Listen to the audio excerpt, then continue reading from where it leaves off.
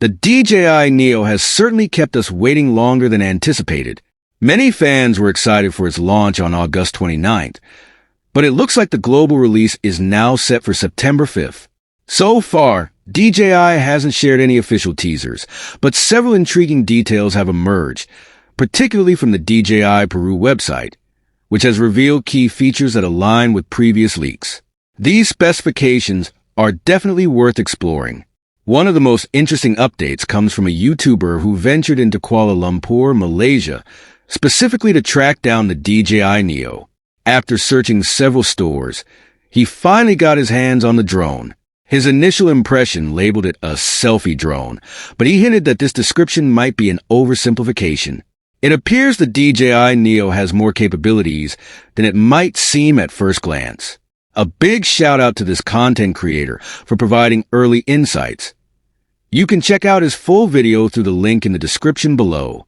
In terms of design, the DJI Neo seems to take cues from the Hover X1, featuring a similar look and handy buttons on the front for quick shot modes. These buttons enable users to capture stunning photos without needing a controller or a dedicated app, which is a fantastic touch for convenience. While DJI has borrowed some elements from the Hover Air X1, they've definitely put their own spin on the design. The Neo is built to work smoothly with DJI's existing controllers and goggles, enhancing its usability. Moreover, its competitive pricing strategy could make it a formidable player in the drone market. Another noteworthy feature of the DJI Neo is its C0 class marking, which is particularly significant for such a compact drone. This classification allows it to be used in urban areas under EU regulations, paving the way for flying in locations where larger drones might face restrictions.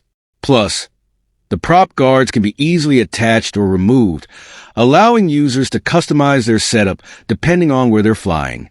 However, there's a surprising aspect to the Neo.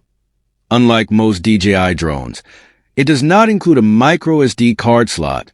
Instead, it offers 23 gigabytes of internal storage that users can access by connecting the drone to a PC.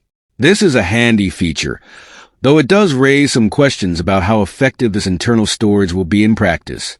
As the drone was still sealed and unactivated in the video, many questions about its performance remain unanswered. The YouTuber expressed excitement about testing its FPV, first-person view, capabilities, and how well it integrates with DJI's goggles. We will have to wait for more reviews to see how it compares with other micro drones, and even DJI's larger models. What are your thoughts? Would you consider purchasing a compact drone, like the DJI Neo, even if it might slightly sacrifice image quality? I'd love to hear your opinions in the comments below. If you enjoyed this update, don't forget to hit the like button and subscribe for more tech news. I'll catch you in the next video.